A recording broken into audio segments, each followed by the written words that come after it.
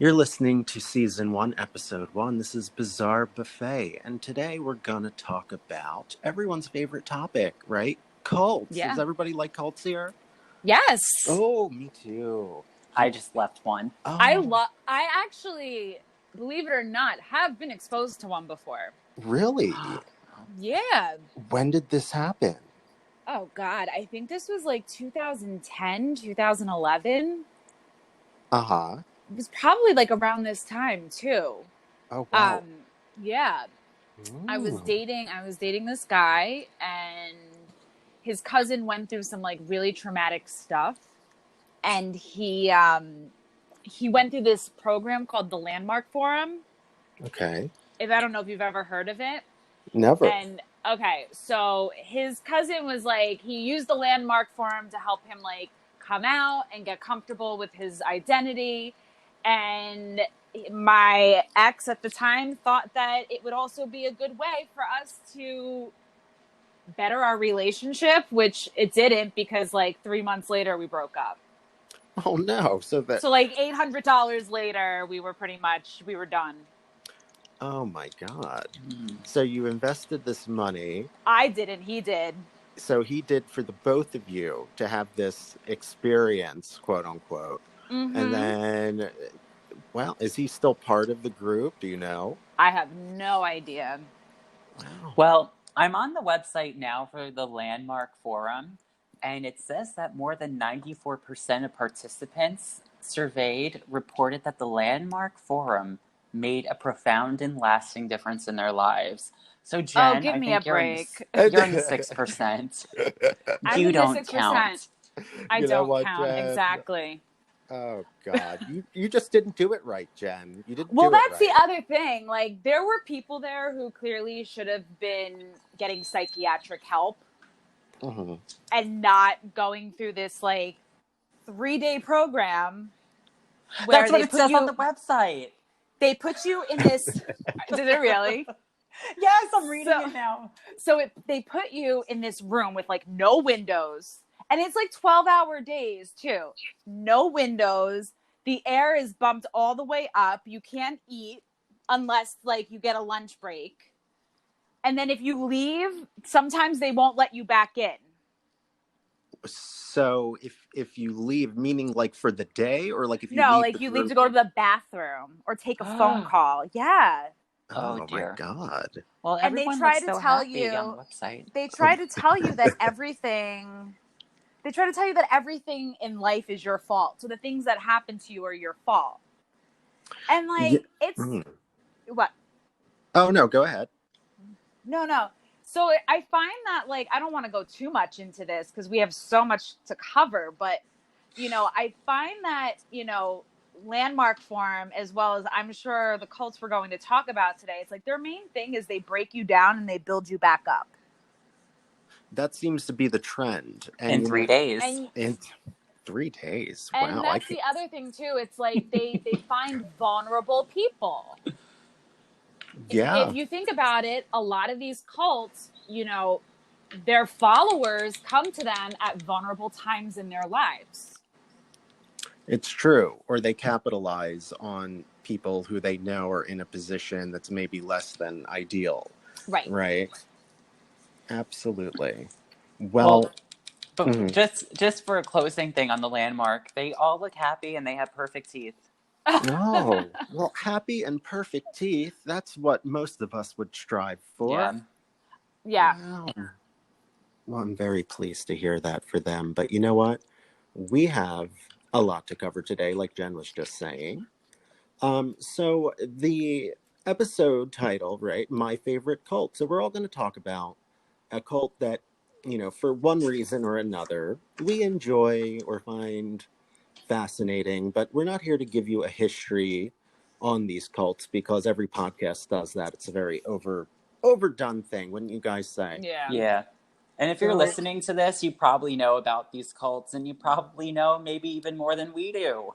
It's definitely possible, but you know what? We're going to try to make this somewhat of a new experience. Yeah. So we have 3 today, and which ones are we talking about, Jen? We're talking about the Manson family. Mm-hmm. we are talking about Jonestown. Mm-hmm. And Mark, for the love of God, I completely forget. What's yours? Heaven's Gate, baby. Heaven's Gate. I always say the alien Oh, one. My Heaven's Gate. favorite. oh. Obsessed. Well, let's see here. Mark, do you want to tell us about Heaven's Gate? Okay, Yeah, I know I'll get- nothing. Okay, I'll get the ball rolling. Okay, so my favorite cult that I picked is Heaven's Gate. I'm obsessed with aliens and sci-fi, and I love Heaven's Gate because it's a really bizarre situation. So just like a quick thing, if you don't know about Heaven's Gate, it was a cult that formed, oh God, probably like the 60s or 70s. And in the late 90s, in 1997, 39 members all committed suicide in a beautiful mansion in California. And they all believed that aliens came to the earth thousands of years ago, planted seeds, which were basically humans, and that there were evil aliens out there, like the devil aliens out there.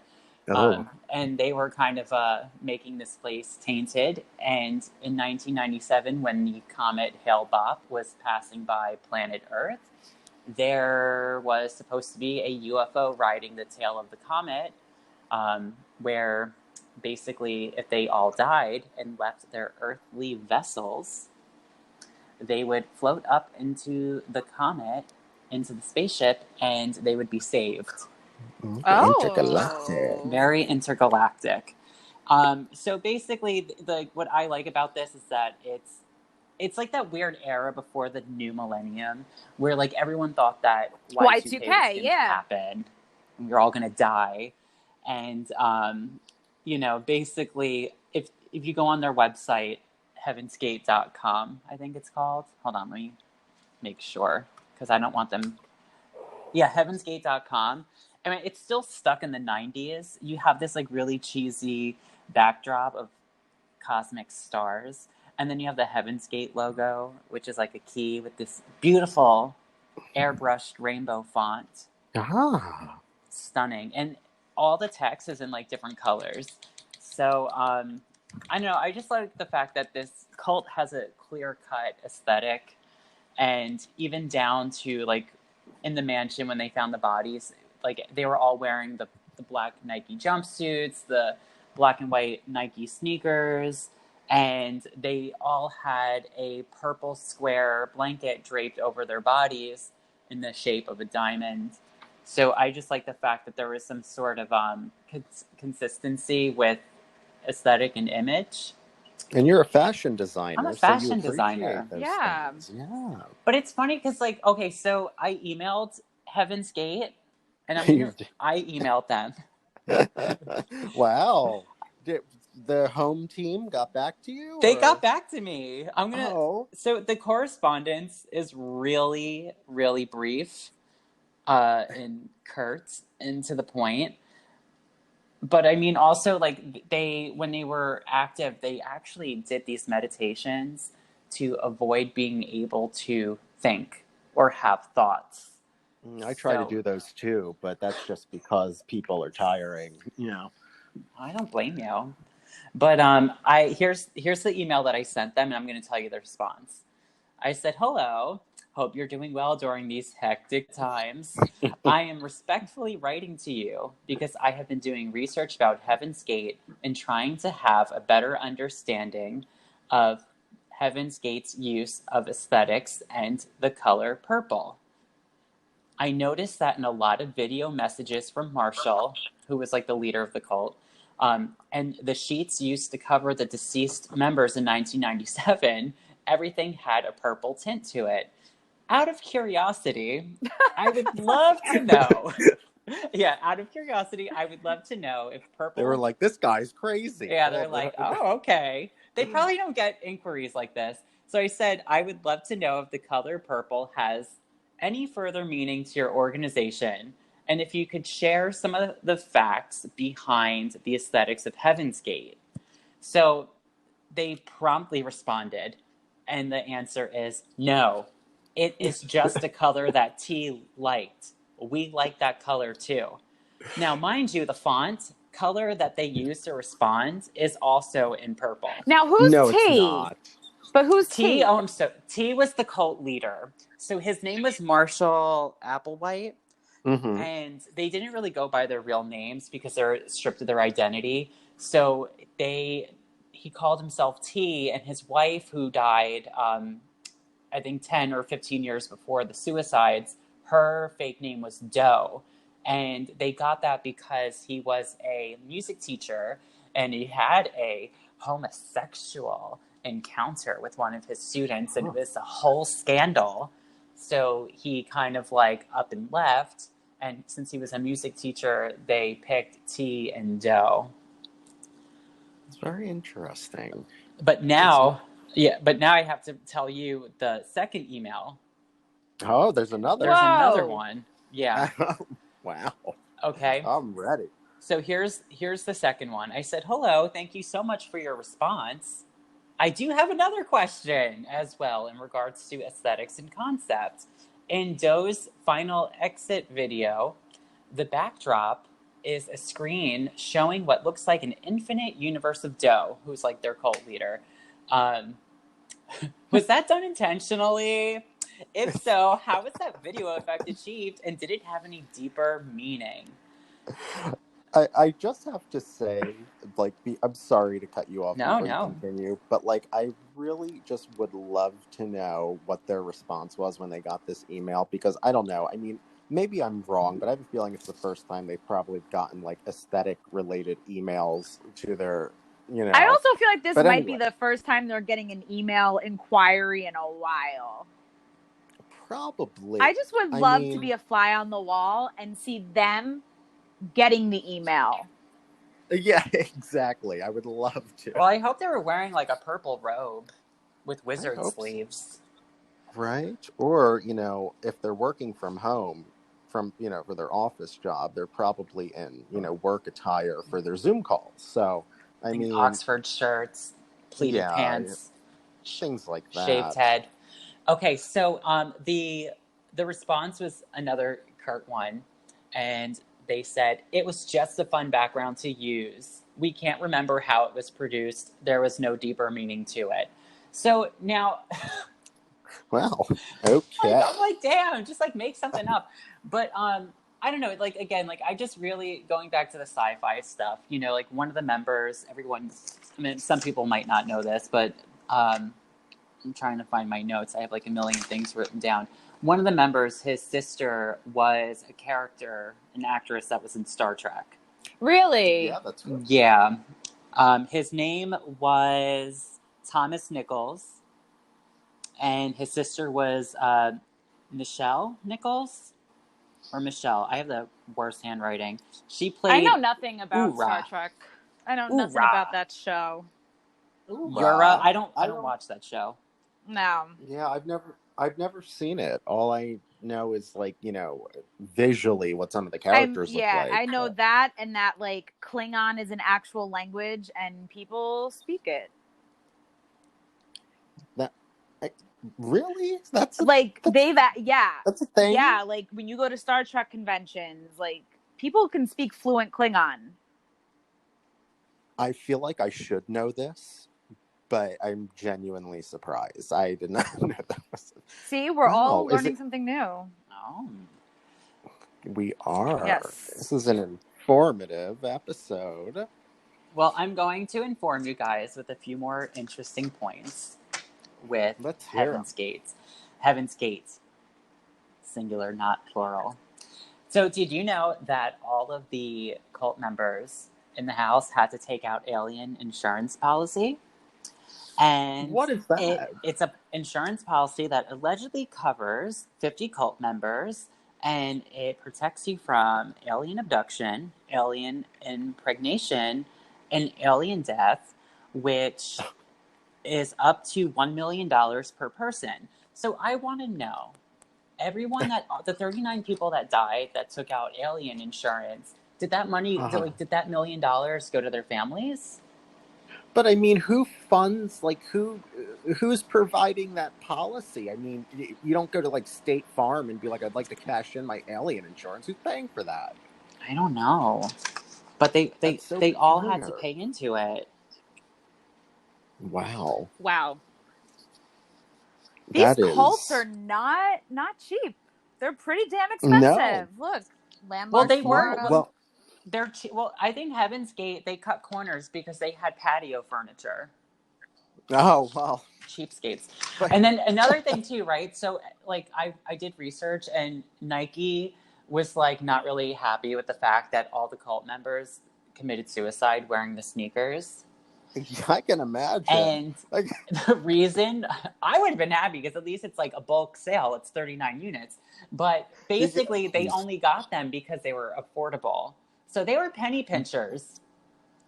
yeah, clearly. And I mean, Nike is still in existence, so I'm sure they recovered from that. But I mean, hey, if you try to find those sneakers on eBay, let me tell you, they do not come You know, cheap. I'm on the website right now, and it looks like one of those really cheaply made like web pages from the 90s.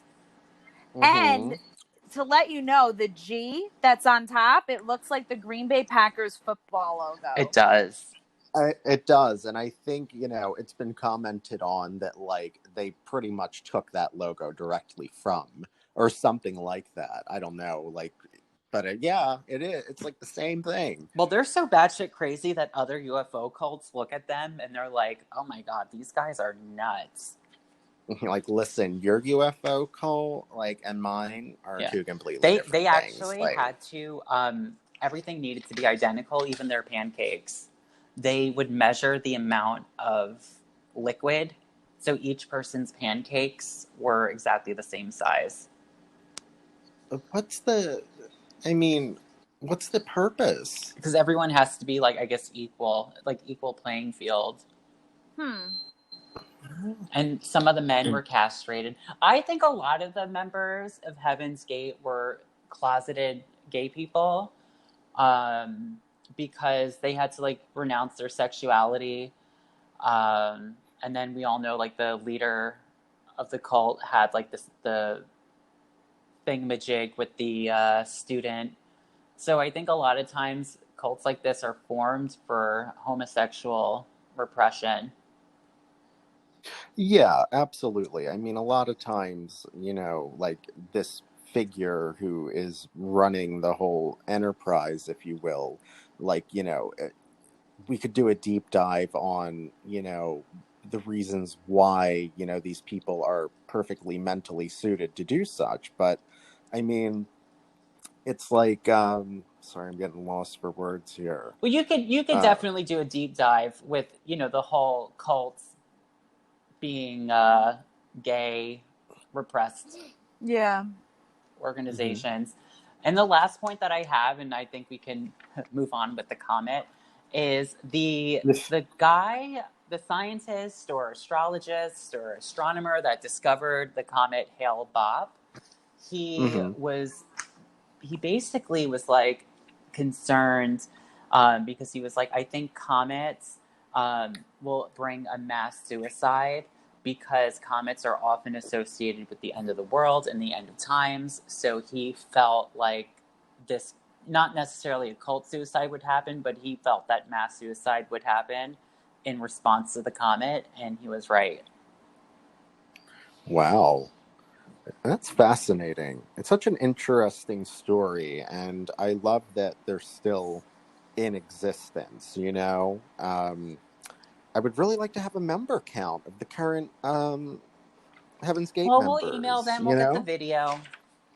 Yeah, and that's another thing. You can request their videos, which what were the names of the tapes they had? They were like the name is escaping me. Is it the exit tapes? Yeah, the exit tapes, and there's like various ones that you could request. And to my knowledge, they will send them to you. You just have to send them cash by mail, I believe. Kind of odd, but hey, piece of history there for you. And do you have to give it back when you're done, or do you get to keep the exit tapes? I think they're your copies. You get to keep it. Yeah. I think it's kind of like requesting, like religious material by Oh, mail, okay. like. So it was like a donation. Yeah, I think exactly. Interesting.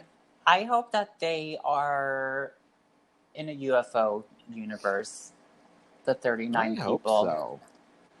It was a lot of effort, a lot of time, a lot of, putting looks together. They deserve that. Yeah, They do. absolutely. And that is why I love Heaven's Gate. I think it's a great reason. Yeah. All of them. I love it. I love the And website. check out heavensgate.com. Love the website. There you love go. the aesthetic. There you go. That is Heaven's Gate for you. So let's move on. Jen, do you want to go? We have. Sure, why not? Since, All right. talking about murder and death.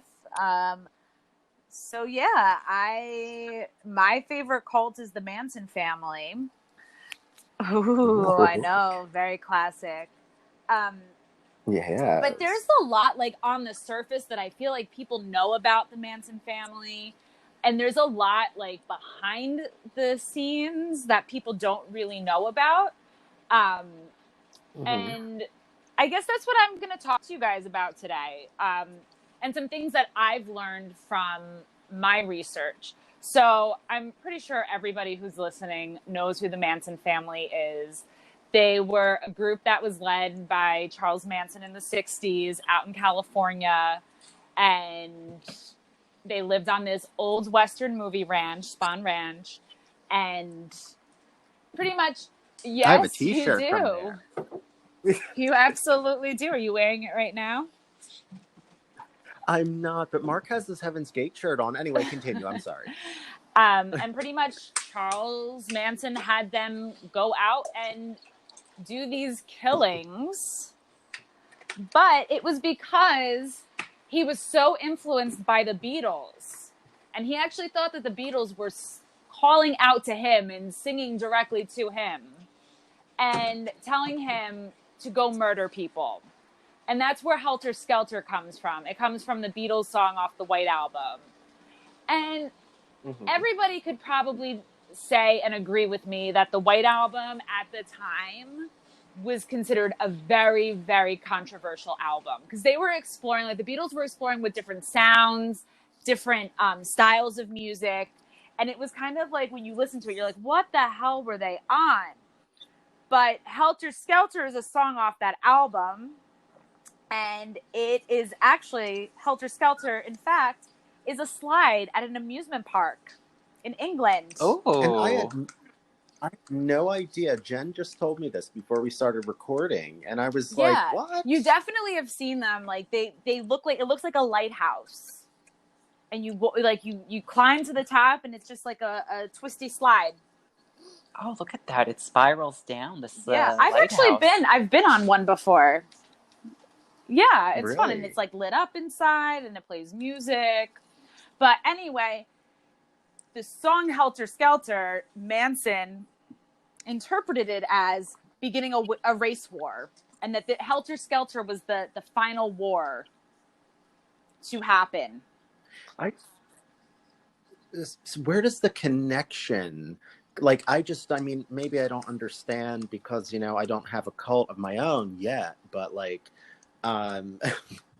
where does that come from, do you think? I think you have to remember this was a time where people were experimenting with different drugs. Hallucinogens were really big. And I know that he used to give his followers, he would give them LSD. He would pretend he was taking it, but he really wasn't. And this was a way for him to break these women down and build them back up. A very classic kind of method that they all seem to have. Exactly. So, yeah. And something else that was really interesting because, like, I just know who Sharon Tate is because of the Manson murders. But I learned that she really, like, didn't become, like, a film icon until after her death. It was like her death You know, made her a movie star. Yeah, and that's so unfortunate because that happens with so many people. Because she did a lot of bit parts. Honestly, like she was always like, she was never a lead. She always had little bit parts, or, you know, she was a featured actress on an episode of a sitcom here and there. But yeah. Yeah, I mean, honestly, the only film that I personally knew of, you know, Sharon Tate being in was Valley of the Dolls. And even that, I mean, she wasn't the lead role. So it's very interesting, for sure. Yeah, no, absolutely. It was definitely, I'm actually in the middle of reading Helter Skelter. I'm not reading it. I'm listening to it on Audible because it's just too Even long. better. It's too long, and I just need someone to read it to me. So, Yeah. I mean, you know, It's a good bedtime novel. It's a great bedtime novel, exactly. Yeah. Have it read to me when I fall asleep every night. But it's a good sleepy time story. Some facts about Manson, and people don't realize this, but Manson actually never killed anybody. He never physically killed anybody. I mean, and don't you think it's fascinating that he went to prison for the rest of his life, but like didn't actually do anything? I mean, I don't know what his technical like classification was in terms of like what they said. Oh, well, you're going to prison for life because of X, Y, Z. I mean, considered manslaughter, even though he didn't commit the crimes. Yeah, I mean, is he an accomplice, or I don't know. I feel like they probably just gave him the old-fashioned, you know, first-degree murder charges, but the lines get kind of blurred in his case, I think. Yeah. Very odd. But, you know, he's still technically guilty. Like, he was still technically guilty of the crimes. Yes, there was. Another thing people don't realize is that Manson was a musician himself. He's That's right. a musician, and he was actually friends with, what's his name from the Beach Boys? Brian Wilson. Brian Wilson? Yes. Oh, another interesting Yeah, he used to hang out at Spahn Ranch all the time, and even like go to his, like, the family used to hang out at his house. It wasn't Brian Wilson; it's Dennis Wilson. Oh, the other Beach Oh, honey, these fact checkers are going to be coming for us. I know. Guys, forgive us. It's our first podcast. Listen, it's a goddamn Beach Boy. What do you want from us? Okay, you get the point. But it's I one also of the Wilsons. feel too, like, I wonder how he feels, or how he felt before, you know, he died, like, being connected to somebody like that. No, really. I mean, it's kind of like a big burden to carry, knowing that you kind of supported this person who you thought was just like a weird hippie musician, and then to find out, you're like, oh, no, not so much. He's a little more than quirky. That's true. At least it's free press. Did you guys know that he also had a celebrity hit list? No. Who was on Frank the list? Sinatra, Liz Taylor. Oh. I Liz know. Taylor. Tom What did she do to anybody? And Steve McQueen. Okay. Yeah. He also, That is... I would just like to know what the rationale behind each person, because they're all very different, you know? I mean, I wonder, he also... Liz Taylor. He also had a thing with race and class. Like, I didn't even realize he was like a huge racist as well. It's very odd because his plan was to do these killings and then blame them on the minorities. It's just such a kind of what's going all on of it's today. So crazy. Pretty much, exactly. Yeah, exactly what's going on today. Absolutely. We got political up in here. I know. Ooh. Well, I mean, and that could be, I don't know, a good place Yeah. for Oh me my to God. pick Well, up because I feel from, like though. these two If you, kind of piggyback off each other a little bit. they do. And speaking of what Mark had just said about things that are going on today, and in terms of race and all the issues that we're having in this wonderful country, we're going to get into Jonestown. Do you guys know a I lot just about know about Jonestown? Jim Jones, and I know about it was in Guyana, right? It was. That's where the They drank the people's Kool-Aid.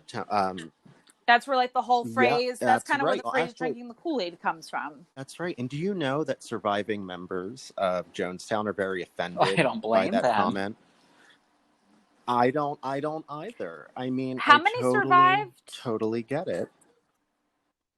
You know, I don't have an exact number, but I know over 900 people died in the mass murder suicide that happened there.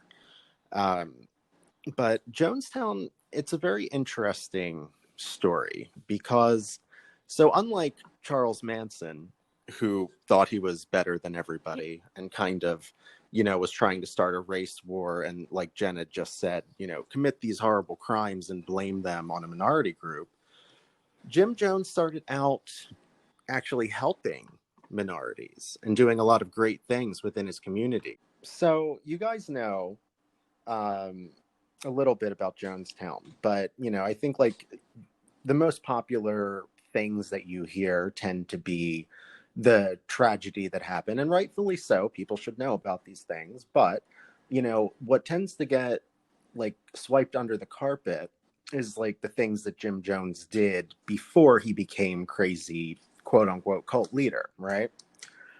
So when Jim Jones was growing up in Indianapolis, his father, and this is noted, was part of the No shit. KKK. And Jim Jones actually, yeah, isn't this crazy? And this is where he started out on his kind of quest because his dad wouldn't let his black friends into their house. So he stopped associating with him. He didn't talk to him for a really long time. And that seemed to be kind of like the start of his activism, I guess you could say. So, and this is from the New York Times, okay, about Jim Jones. Jones was outraged at what he perceived as racial discrimination in his white congregation. He established his own church and open to all ethnic groups. He imported and sold monkeys door to That's so door to raise money. cute. Do you guys know that he No. sold monkeys? Isn't that adorable? Yeah, little monkeys. Jonestown actually had a mascot called Mr. Muggs that was their chimpanzee mascot. Another fun little fact there. Over his time, he actually helped racially integrate churches, restaurants, the telephone company, the Indianapolis police, movie theater, an amusement park, even a hospital. So he was really influential and important in bringing, you know, what do Bringing you call it? people together. Integrating. Racial equality. Yeah. He actually used to set up sting operations to catch restaurants refusing to serve black people. There were two families in his neighborhood that had swastikas painted on their doors.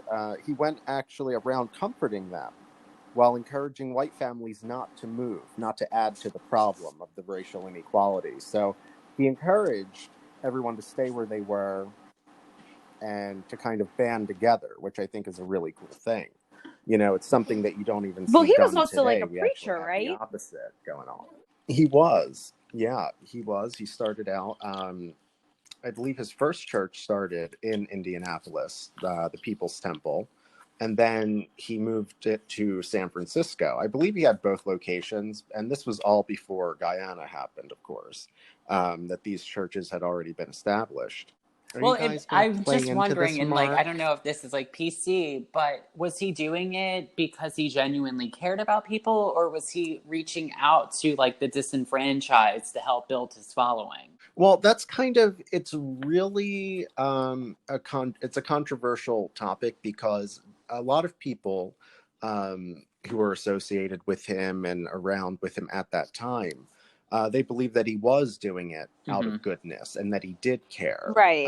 about the disenfranchised. Now, there's, of course, there's also the flip side to it where, you could look at the classic, kind of markers of a cult or a cult leader, and being like, okay, but he was like going to this group because he could capitalize or, you know, take advantage in some kind of way. But it just seemed as though he did so much good for a very long time. Now, listen, not a perfect person by any means, still a terrible individual. But I mean, if you're comparing, him to like somebody today, I don't know if you guys think this is too controversial, but, you know, the current president and him, like they have a lot of similarities. But you know what? At least Jim Jones wasn't But you know promoting, what's really interesting? It's so inequality. easy for people to hide He behind had, religion. And I think like it well, could have it is. like And was that it a was, facade? I'm glad. Was he really as religious as he came off to be, or was that the facade that he put up? But I feel like a lot of cults out there too, whether it's a UFO cult or anything, they draw a lot of inspiration and parallels to like Christianity and the Bible, which They I think they that do, but you Christianity know is like the something? ultimate cult, but Yeah. Well, it absolutely is, and it's funny that you and Jen brought that same point up, referring to religion, and kind of the whole idea of like, oh, was he religious? Was he not religious? Um, so here's a quote from Marcelyn Jones, who is his wife. She admitted to the New York Times that Jim used religion to get some people out of what he called the opiate of religion. He'd slam a Bible, stating, "I've got to destroy this paper idol." Jones began deriding Christianity as a flyaway religion, rejecting the Bible as a tool to oppress women and non-whites, denouncing Sky God as no God at all. And this is why I think, he's such an interesting figure and that Jonestown is fascinating, because he didn't use all of the classic tactics, it seems. well, since I'm Just like I have always so many talking about notes. aesthetics, I do have to say I like that he had sunglasses. Well, like that was the thing. He kind of like he wore like Yeah. the, what do you call it? The collar. He had like the collar with the aviator sunglasses Yeah. Yeah. And they say that and he like a only little started comb wearing them once he over. became a drug Mm. addict because it hit Hi, Daddy. his. Yeah. That girl was Well, always it's serving funny because loot. like, She was. even though Manson was more, he thought of himself as God, and his followers looked Mm-hmm. at him like God. I know that when Well, all of the suspects started getting questioned, a lot of these women were saying things like, Charlie's listening to us right now. Charlie hears everything we're talking about. Yeah. wow. And that's a very common thing. Like, I know a lot of, there was a surviving member from Jonestown who said that when you would talk to Jim, it was if he could read your mind and put a spell on you. It was like this kind of presence, which I guess, helps your case in becoming a cult leader, right? Um, so Like some sort he of he charm, almost like had, charisma. But if you think about it, all of yeah, these cult leaders, all of these serial yeah. killers, they all had charm. I mean, look at Ted Bundy. Look at how he would handle himself. It was like he was a charming man, but he did some really messed up things. Confidence goes a long ways. It did. Exactly. And like, I always there you I go. always tell my Fake it students till you that fake make it it, till you or at make it, least, and I yeah. guess I really got to start, living by that. Hey, It'll work listen, for it works me. for cult leaders. I'm not going to start a cult There though. you go, Jen Wilson. That's right. So Jonestown is my personal favorite because, for as many bad things that happened and these, atrocities that occurred, he really like had an impact in good ways to where people who are, still alive and And there well were only today, 3 whether that they're former survived from the members, massacre. uh, Yeah, it was like 900. I looked up really, is that the the number? numbers. It was 909 deaths and 3 survivors. Wow. Wow, that's really crazy. I would love to see the place. You said it's Ghana, correct? Yeah. I would love. Is No, it still Guyana. there? Guyana. Guyana. Oh God, I'm butchering like the earth. Do you think that the camp is still there? It is. The camp is still there. And if you go into the forest of Guyana, you can still find People's Temple Oh, cool. Agricultural Project. Interesting. The sign, yeah. And there are Well, even some, I Spawn believe, Ranch is vehicles, actually yeah, that are part of the still national there. park now. I mean, the ranch isn't there. It's like knocked down, but yeah, the actual land is part of like a big national park and like hiking trails and That's so interesting. I would love to well, see I that. You know, we're know, I fascinated even know by in these Waco, they actually kind of. have a memorial in the spot of where the Branch Davidians' home was. Let's go to Oh my Texas. God, road trip, family trip. Let's go. Well, let me Let's tell you that go. the Texas, Heavensgate here we mansion come. was freaking beautiful. And it was huge. Oh, it I don't was. care It was how many people beautiful. died there. I would live there in a minute. I know. I Well, don't you know care what's if it's really haunted. funny I'll use too, to kind of guidinhouse.com. piggyback off of what Mark just said. So there's a movie on Netflix. If you haven't watched it, and our followers, if you haven't watched it either, it's called Manson Family Vacation. And pretty much it's about this black sheep brother who comes to visit, and he is now like fixated on Charles Manson, kind of like how we are, but like he's like doing like a tour. He's doing a whole tour of, California, and making his brother drive him around to all of the places that was like, so the like Mexican restaurant that Sharon Tate dined at the night of her death. There's a scene where they're sitting there for lunch and he's like, we're here. We're at the exact table. Oh. But then they break into the Tate LaBianca house because it's a private home, and they lie and they say that they were the grandchildren of the LaBiancas, so they could get in and get some pictures. Yeah. So that's why they broke in. Oh my God. But it was a funny movie. It was funny. It was a lot of crazy dark group. humor. Check it out. Mark and I have a piece of stone from the fireplace in the Sharon Tate house. And you have the matches. We do. And we have the matches. We do. From Yes. the taco place, the Mexican. El Coyote. I think it's El Coyote. El Coyote. Tomato. It's one of them. So I'm going to finish this up with saying one of the things that I really love about the People's Temple, not so much Jim Jones, fuck Jim Jones, but the People's Temple, all right, former member says, the people were incredible. People who were capable of committing themselves to something outside their self-interests. That's a quote from Laura Johnston Cole, who's a former member. All of us were doing the right things in the wrong place with the wrong leader. And I think that is, a really interesting testament that, despite everything and all of, the tragedies associated, these people were trying to do something bigger than themselves. And it did affect people.